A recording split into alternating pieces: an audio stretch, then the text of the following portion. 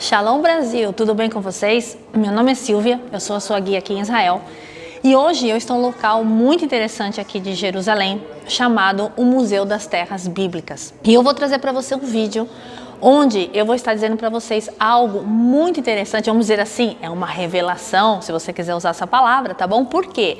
Porque você vai entender o texto bíblico e mais que o texto bíblico, você vai entender o contexto daquele texto que é inserido dentro de uma história tão famosa que vocês conhecem do Antigo Testamento, que é o êxodo dos hebreus da terra do Egito. Estamos falando sim de quem? Da época dos faraós, claro. Então vamos lá.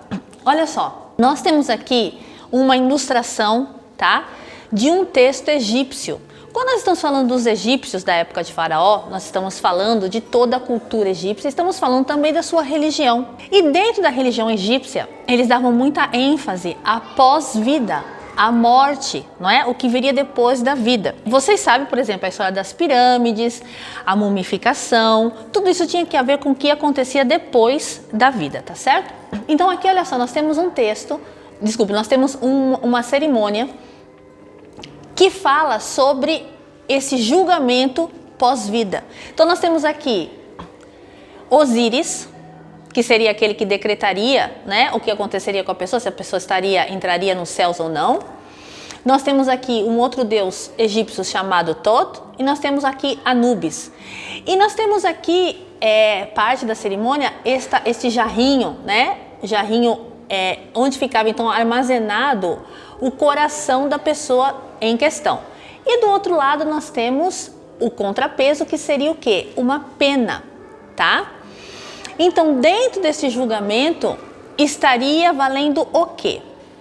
Veja só, para a pessoa entrar na vida eterna egípcia, o coração dela que está aqui teria que ser mais leve que a pena do outro lado. Agora, obviamente, o peso deste coração seria o que ela fez durante a sua vida, as suas obras, tá? Então, o que eu quero dizer para vocês? Qual é a revelação que eu quero trazer para vocês? A revelação é que no texto bíblico, nas 10 pragas, você se lembra das 10 pragas do Egito?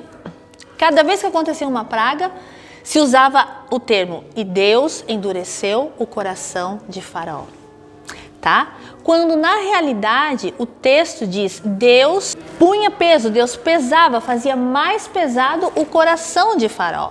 Porque esse coração pesando mais iria formar aqui um contrapeso e o coração dele ficaria de tal maneira pesado que Faraó, o próprio Faraó, não poderia entrar na vida eterna. Vocês conseguem entender a gravidade da questão? Era muito sério isso. Portanto, para os egípcios, isso tinha um peso muito grande.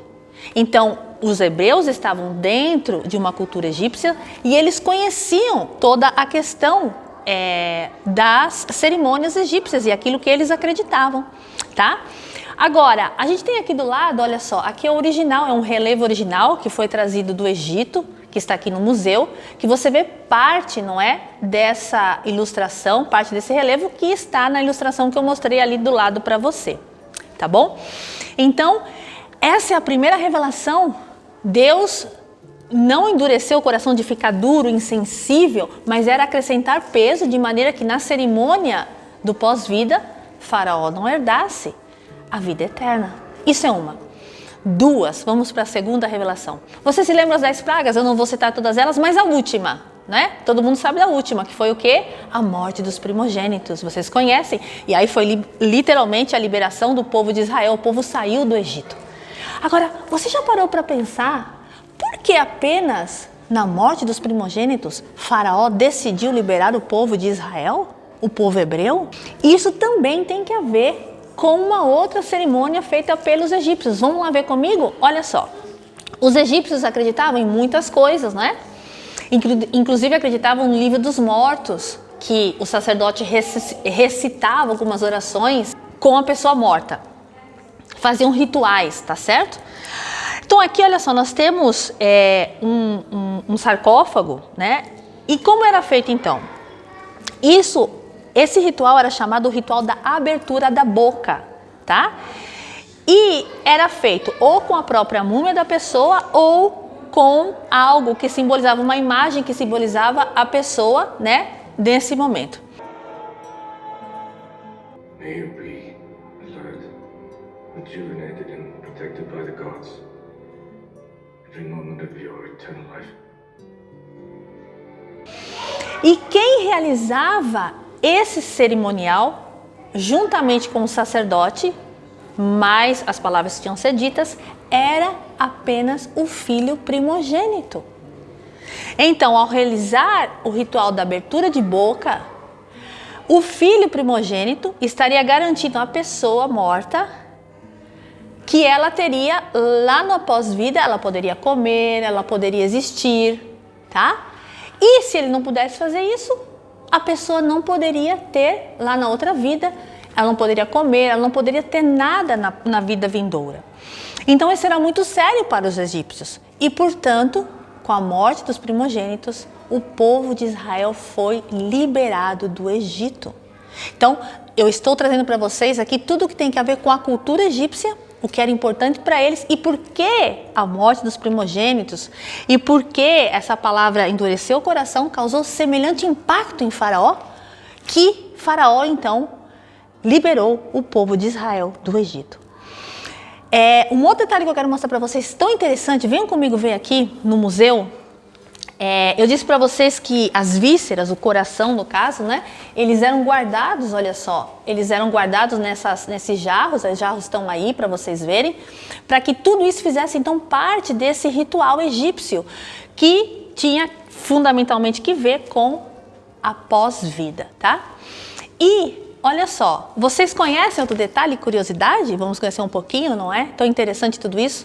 Vocês estão vendo esse colar que eu estou usando? Que é uma marca registrada, né? Todo mundo coloca isso, uma marca registrada dos egípcios antigos. E você sabe o que esse colar simboliza? Olha só, eu vou mostrar para vocês aqui um colar original, vocês estão vendo ali?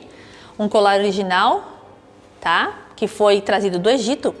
E esse colar, então, ele era usado na parte toda essa do ritual que garantia a pessoa então a ressurreição, não é?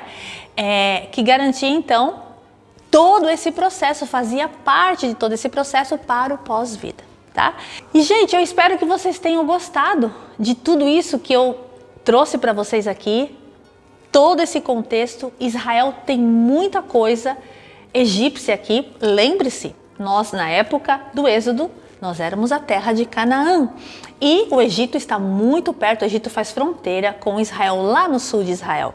E se você gostou, compartilhe, deixe a sua pergunta, faça o seu like. Se você achou interessante algo que você nunca tinha ouvido nesse vídeo, eu espero ter contribuído para que você possa enriquecer os seus conhecimentos, porque lembre-se, lá no Antigo Testamento está escrito, e o meu povo pereceu porque lhe faltou o conhecimento. Conhecimento agrega, conhecimento liberta. Shalom para vocês e até o próximo vídeo.